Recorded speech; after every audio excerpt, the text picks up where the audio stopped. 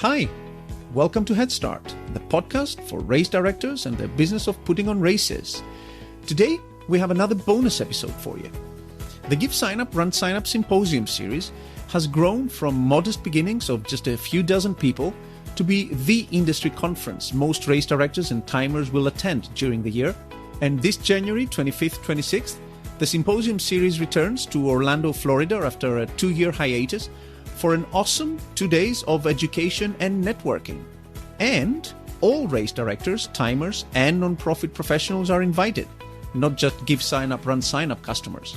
So, it's great to have with me today Johanna Good from Give Sign Up, Run Sign Up, who has the unenviable job of putting the whole thing together, to tell us a little bit more about what you can look forward to both at and around the symposium this coming January.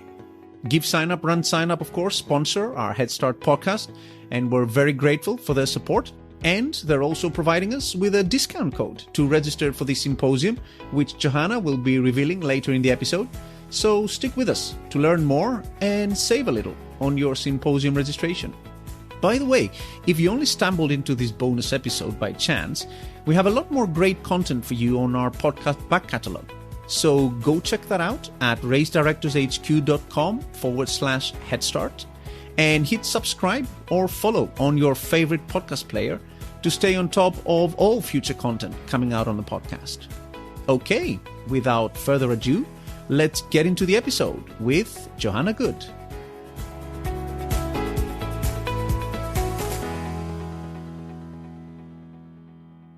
Johanna, welcome back to the podcast. Thanks, Panos. It's great to see you again. It's very great to see you too. How are you? How are things at Run Sign Up? Things are going well. Coming out of the pandemic, we're starting to see a lot of events coming back kind of across the board. So it's been fun to see things happening and moving again. That's great. So today we're doing a bonus episode for our listeners. So a little bit outside the regular flow of things, because we're going to be touching on the Give Sign Up, Run Sign Up Winter Symposium. I thought I'd ask you to come back onto the podcast because you're sort of leading the symposium, and share with our listeners a few things about the symposium, how it came about, what it is about, what people can potentially look to gain from attending.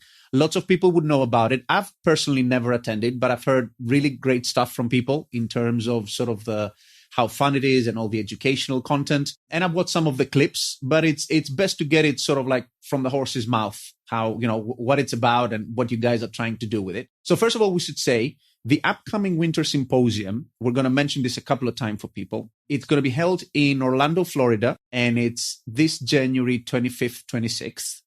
So a really great place to be during the summer. And this is the first Winter Symposium, am I right? It is the second. So we did one in January of 2020 in Orlando, and then obviously took off last year. All right. Just before things were shut down, right? Yep. Before we knew that we shouldn't do that. Right. And you guys, of course, have the Summer Symposium, right? Which is normally held. Tell us a little bit about the summer one, which I think was the first symposium you guys held. Yeah. So we started doing symposiums in the summer, I believe, of 2014 was our first one. Those have been traditionally held in Philadelphia in July. The dates have kind of moved around a little bit, but kind of mid to late July. The idea of that, initially was just, we were a fairly new company at the time, wanted to start bringing together some of our customers so we could dual purpose, provide some education for them, but also have some time where we spend a lot of time with them in person ourselves and could learn from them, get a better understanding of what they needed and what they were looking for. And that kind of grew, grew over time. And with a lot of demand for that, we started looking at doing a second one in the winter for people who couldn't come in the summer. Right. And grew over time. Just give us an idea of where did you guys start from and where you currently at? I guess the last in-person symposium that took place. So I believe my first year in 2014, I think we had 40 people. It was just a one-day event, one small room, everyone kind of together in a couple of sessions. Over the last couple of years, I think we've been kind of between 200 and 300, depending on the season and the exact event and the capacity of where we're at. We tend to look for some smaller places that, can't really hold more than that anyways. So. Right. And just to clarify for people, I think this is going to be important. The symposium, actually, that's not very clear to me either. So I think if it's not clear to me, it's not going to be clear for many people. Is the symposium only there for sort of like Run Sign Up customers, or can other people attend? So if I'm a race director and I'm not on Run Sign Up, can I attend? Can I come? Yeah, anyone can attend. We certainly have more Give Sign Up, Run Sign Up customers there than non-customers. But the idea is for it to be accessible to anyone. It's relatively inexpensive as far as conferences go. We try to keep the price as low as possible. And what we do is there are going to be sessions if you're not a customer where someone is showing you how to use technology. At the same time, anytime we're talking about email marketing, or, marketing tools or registration best practices, many of those things are going to be available across a lot of different platforms. You can take a lot of the best practices and apply them no matter what technology you're using. Right. So basically, if I am a Run Sign Up customer, I'm going to also be able to see some stuff and try things out that are specific to the Run Sign Up platform, I guess.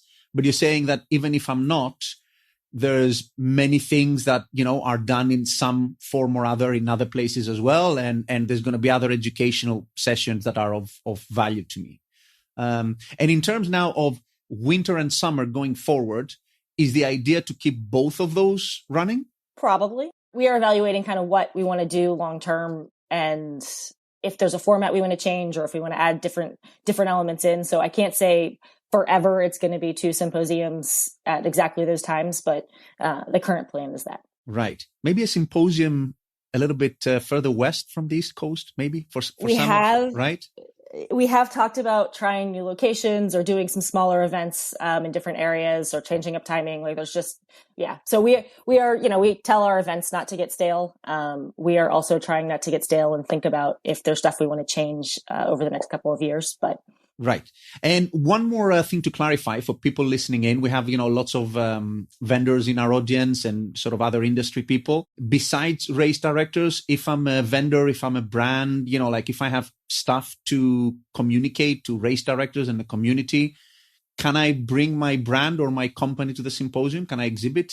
So yes, you can definitely bring your brand. We do have a vendor pricing, which is a little bit higher than for race directors or timers, simply because we heavily subsidize the cost of what the event is for people who are race directors and timers, because we want it to be accessible to them. If you're a vendor, you're welcome to come. We just don't want to subsidize your meals and stuff. So that price is a little bit higher, but you can always sign up and come and just meet people and hang out. We don't do a traditional expo, and that is intentional because we are frequently vendors at expos and often don't find them to be super productive, find them kind of, to be a waste of our time and something that people don't necessarily want. Because of that, we do have some limited opportunities for vendors to interact as sponsors, a couple of places where you're allowed to set up things or have a little bit of a presence that's a little bit more visible as a brand partner. If you're interested in that, just reach out to me and I can send you the options for that, but it won't look like, a big space that you walk into and there's a lot of different booths set up. Right.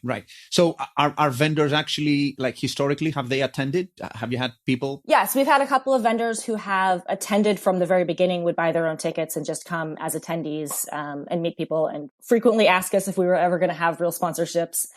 For several years, we did not. I believe actually January 2020 was the first time we had any traditional sponsors. And like I said, it wasn't really, what you usually think of, but we did have a little bit more of a presence and a role for them beyond just being attendees. But we have had people from, I believe, maybe not the first one, but at least by the second symposium, vendors who would opt to come. Okay, cool. So I'm trying to think, what is the thinking? What was your guys' thinking behind launching the symposium, right? I can sort of see why you'd want to get together with customers and stuff, but it looks like the whole symposium thing has grown to be a lot more than that.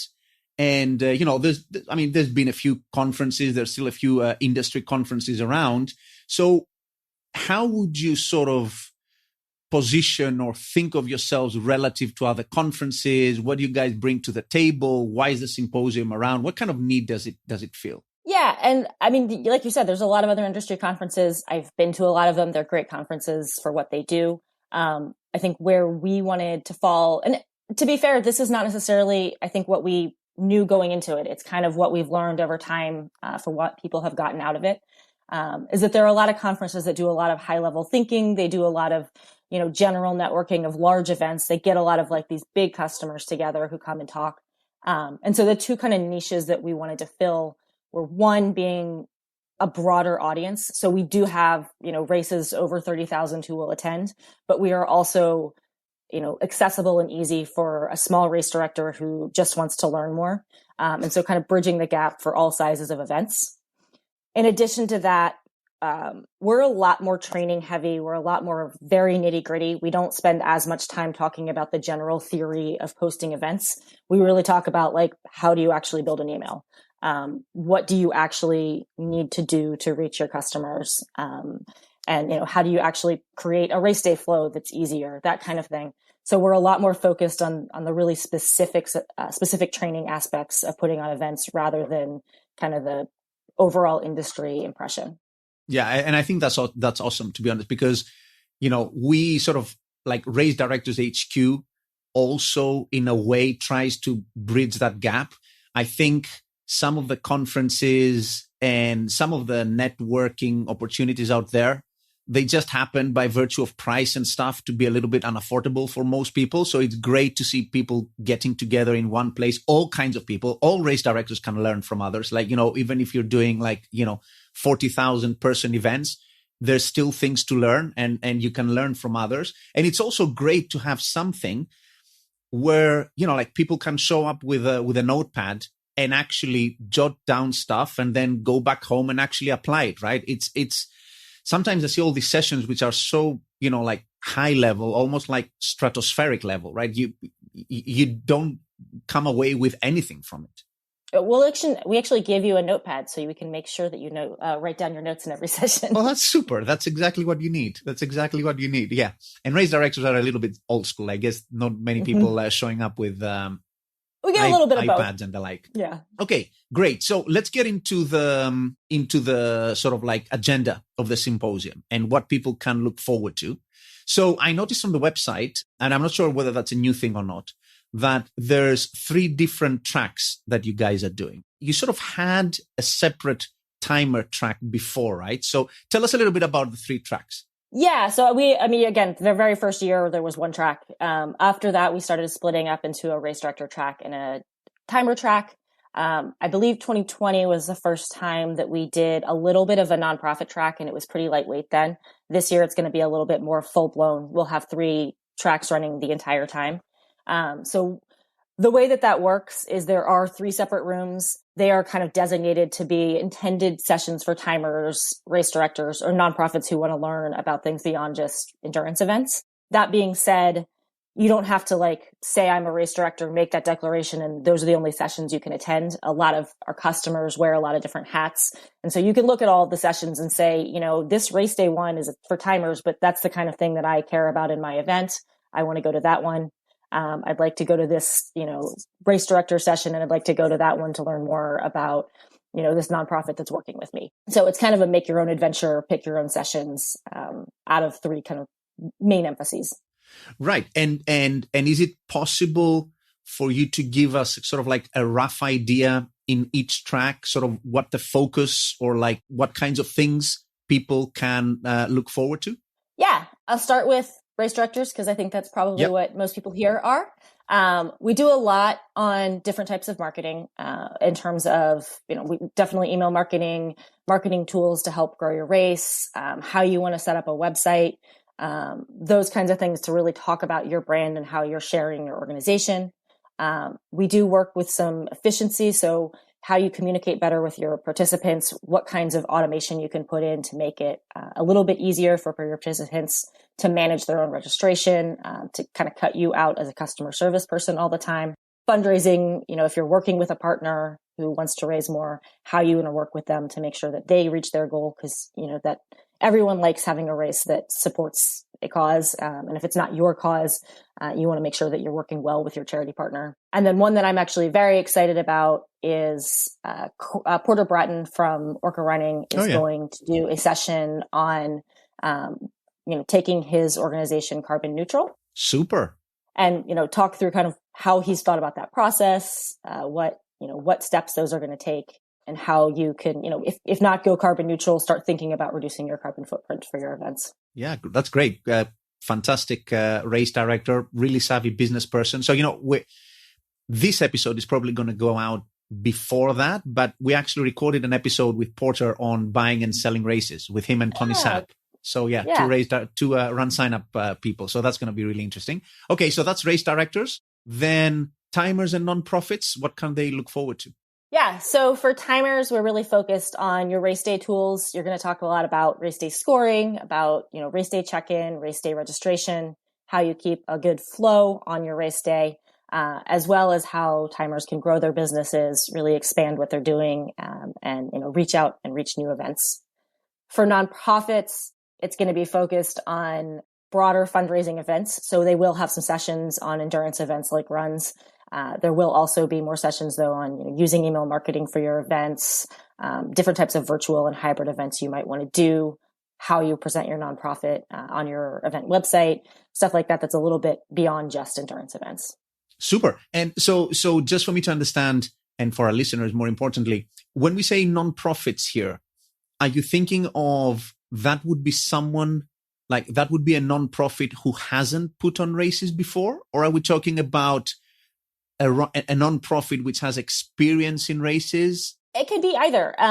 So in some cases, it will be someone who has worked with Give Sign Up, Run Sign Up to put on a race before, and now wants to think about how they can use technology, the similar technology, to put on bigger events or different types of events. And in that case, often it's a events manager or a person for a nonprofit who that's their main focus, and they just kind of want to branch out beyond that. But there's also events that are using our software that are entirely unrelated to run, walk, rides, and it's someone who has never used our platform for that purpose. And there should be plenty of content that then, if they just want to talk about fundraising events in general, it doesn't have to be related to endurance. Super. Another thing to clarify, you guys, I think you do some kind of certification for timers as well, right? Are you going to be offering certification at the symposium? We are not doing certification at the symposium this time. We have done that in the past, and it's just very time intensive and a lot of focus for the timers. So we think it's going to be a little more productive for them to come certified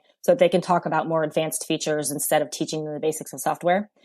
Those certifications are now available online anytime. So you can set up a time to get sent the materials, do it on your own, have some interaction with CRISP if you have questions or if you want to go beyond the basic certification, and get that handled before the symposium so you can really get the most out of all of the content there and talk about some of the more advanced features instead. So I can get certified remotely, can I? We can do individual certifications remotely now. Yeah. Okay, super. So that's in both race day scoring and RaceJoy. Excellent. One other thing I noticed on the website, speaking of hands-on stuff and, how you come away from the symposium with, like actionable stuff that you can apply to things. There's a demo room. What's that about? Demo room is my favorite. We put a lot of resources into it, and it's open throughout the majority of the symposium. It's kind of like, if you're looking at the schedule and it's a session, there's not a session that you're super excited about, you can use that time. It's also open during any of the breaks, meals, that kind of thing, so that there's plenty of time that you can go in and see things in action. It kind of grew out of wanting to have time for, attendees to have one-on-one time with team members on our team to ask questions and really dig into problems they were having. So the way that we've handled this and kind of made it more efficient, and also given you the opportunity to see something that you may not have known you wanted to see, is to set up a demo room where you can go through an entire race day registration process, what it looks like if you show up at an event. You can also sit down and have someone walk you through a demo of any of the tools on our platform. There's kind of different tables and areas to help you find the right person to answer your question. And they can show you things in real time and really give you a hands-on look at how the technology works. That's great. How many people are going to be in the demo room from your side of things? Probably about 10 at any given time. So wow. It's a big part of what our team is doing when we're there is keeping the demo room up and running. Is this the first year that like the winter symposium? Is this the first occasion in which you're doing the demo room?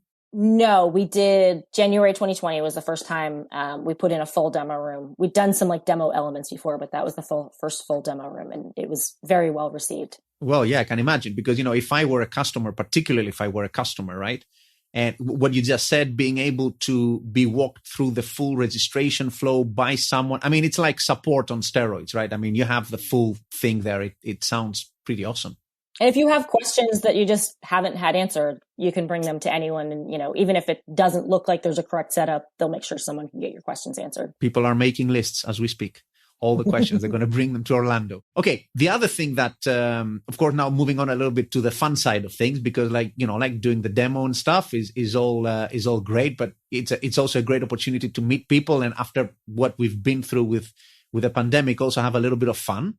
And, I noticed like so many other conferences, you have a fun run, which is awesome. What's that about? Is that like a 5K that people do? Yeah, so it is a 5K. We call it the Suite Run because it is a example of our race day suite. It is also then we have some sweets on hand. We will have donuts available. Wow. So the way it is just like, if you've ever been to a conference, a lot of running event conferences will have a 5K, gather in the morning. It is timed. It is unofficial. The course is open. There is one street crossing, so we don't really want you to try to win that badly. We'll have someone manning that to make sure that you don't run into traffic. But it's just a quick little 5K around the area. But what's a little bit unique and cool about it is that we do time it, not because we care who wins, but because we want to show you how the timing works. We have Race Joy with cheers and our entire kind of race day suite out in operation for that. So what's fun is that there are certainly a lot of people who are excited to go run or walk. Walkers are welcome. But we also have a lot of people who don't want to run or just more interested in the technology who will get up at 6 a.m. and instead of going out for the run, they'll come down and actually just watch the timing happen, watch the actual technology end of it to learn more about that side. So it's kind of both ends. If you don't want to run, there's still something for you to do. Yeah, well, I bet you don't care who wins, but I can tell you there's going to be a few people there who do care who wins. I know. I just don't want them to get hit by traffic, so I have to tell them not to care who wins. Yeah, well, let's see. I mean, I know a few run sign up customers that come to mind that, might get a little bit competitive there. And it's like early in the morning on the second day? Yeah, it's 6:15 on the second day of the symposium. Okay, so tell me now, how many people make it to the 6:30 race or whatever after like a hangover or like you must have like some kind of networking thing the night before? We do. And I don't have the number in front of me, but I was impressed last time. I would have said at least half the conference was there either running or watching, if not more. It was very strong turnout last time. So. And who won it and by what time? Last time our winner was Andy Bacon, who ran it in a 17:40. About a 5:42 pace. So I'd say not too bad, especially considering there might have been a stop there. Not too bad. Well done, Andy.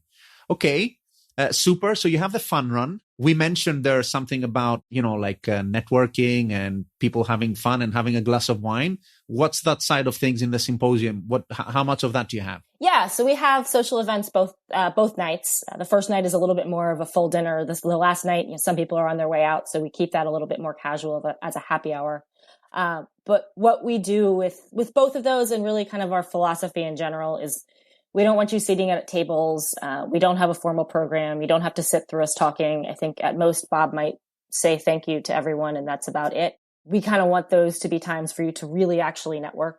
So obviously there is a table where you can get your food and go sit down to eat. But a lot of it is really created to bring people together and get you guys chatting and talking and playing games out by the pool. It's just a nice way to meet people informally and make some connections that aren't quite as stiff as in a session room. Great. Well, race directors at a pool. I need to see that. I need to get some picture from that.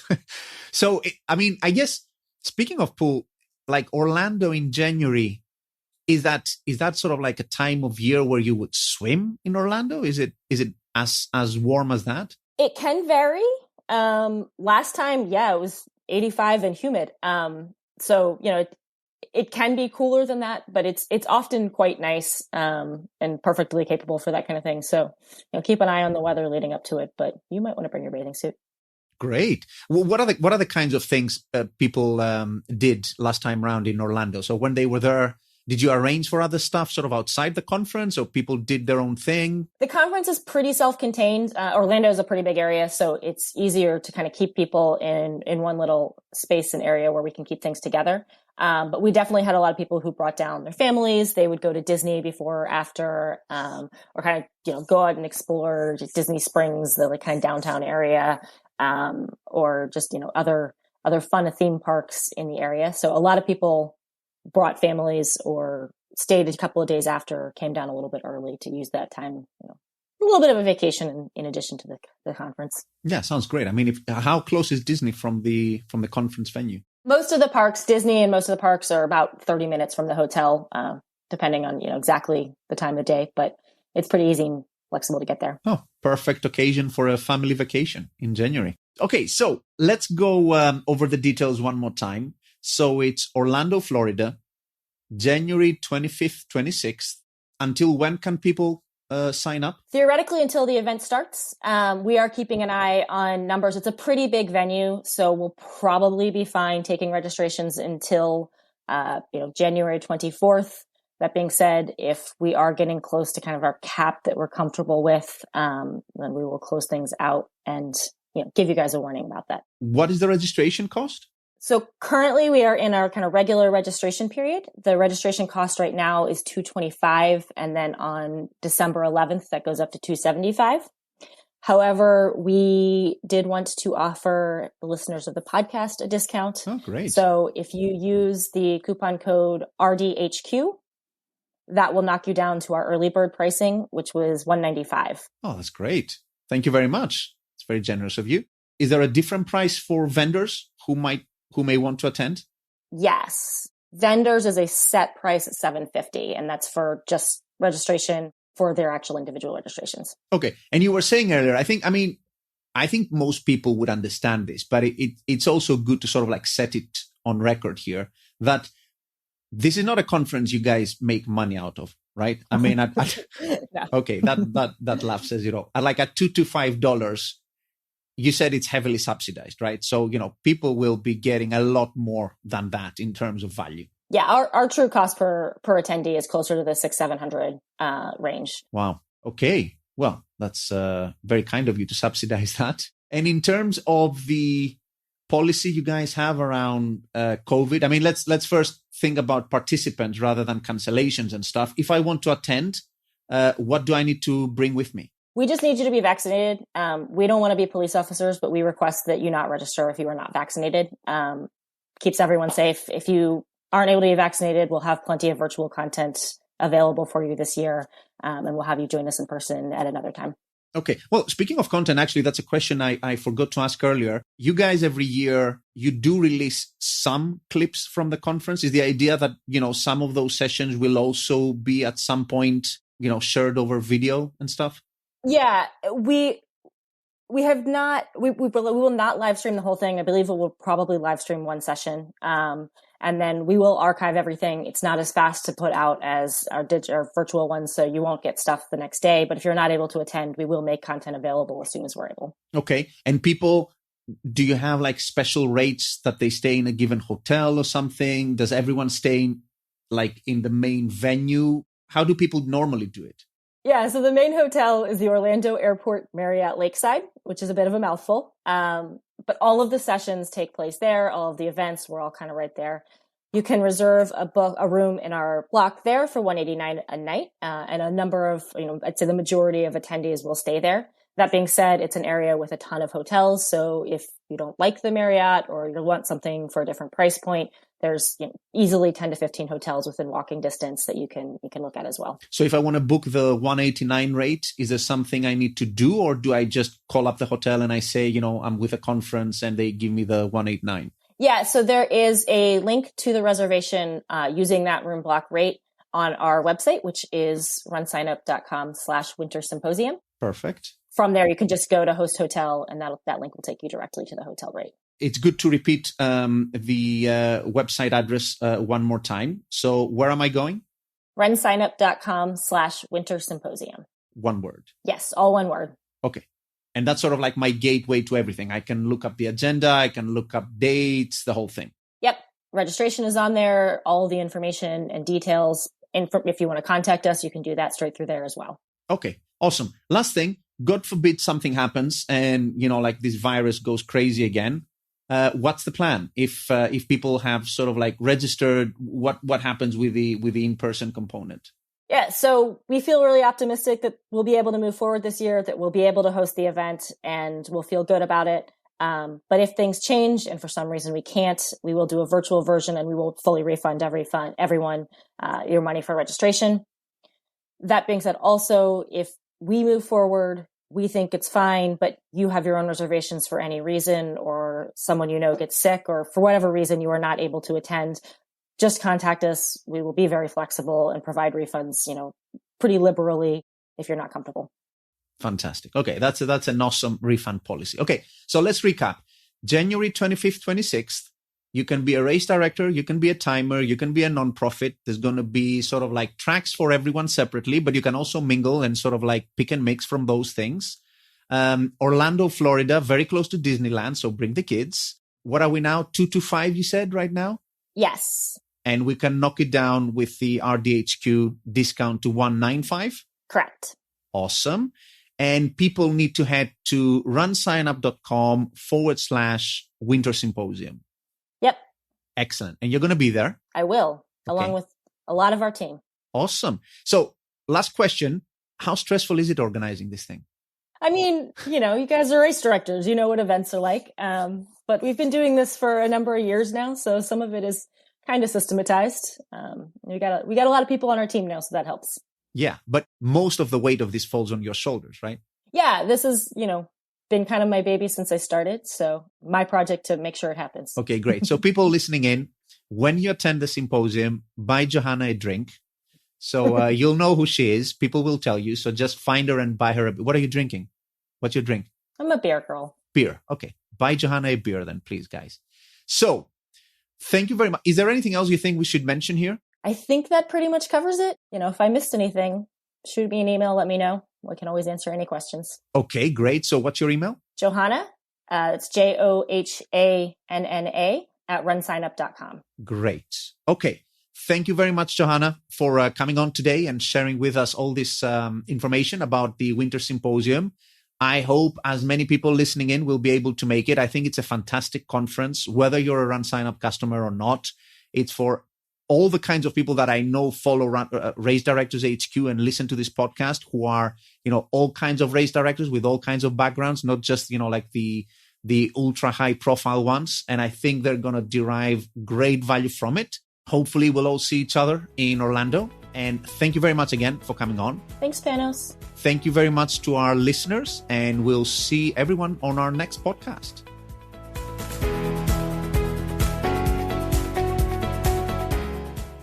I hope you enjoyed this bonus episode on the upcoming Give Sign Up, Run Sign Up Winter Symposium with Give Sign Up, Run Sign Up's Johanna Good. As you heard back there, you can register for the Winter Symposium using the coupon code RDHQ, that's RDHQ, to save $30 on your registration. That coupon will knock you back to the early bird registration price of just $195. So head over to runsignup.com/Winter Symposium. That's runsignup.com/Winter Symposium and register today. Honestly, it's an awesome opportunity to grow your skills and your network, and your kids get to go to Disneyland in January. So it's a total win-win. If you've got any questions about the symposium, you can still share them in our Facebook group, Race Directors Hub, or just email Johanna directly at johanna@runsignup.com. If you enjoyed this episode, please don't forget to subscribe or leave a review on your favorite player. And also check out the podcast back catalog for more great content like this. Until our next episode, take care and keep putting on amazing races.